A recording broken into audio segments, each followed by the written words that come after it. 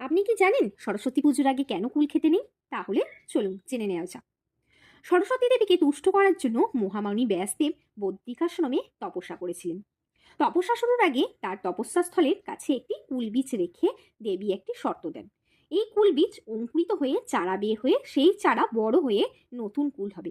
দেবী বলেন, যেদিন সেই কুল পেকে ব্যাসদেবের মাথায় পতিত হবে সেদিন তার তপস্যা পূর্ণ হবে বা সরস্বতী দেবী তুষ্ট হবেন। ব্যাসদেবও সেই শর্ত মেনে নিয়ে তপস্যা শুরু করলেন।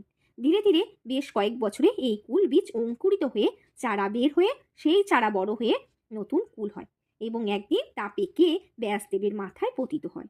তখন ব্যাসদেব বুঝতে পারেন যে সরস্বতী দেবী তার প্রতি তুষ্ট হয়েছেন।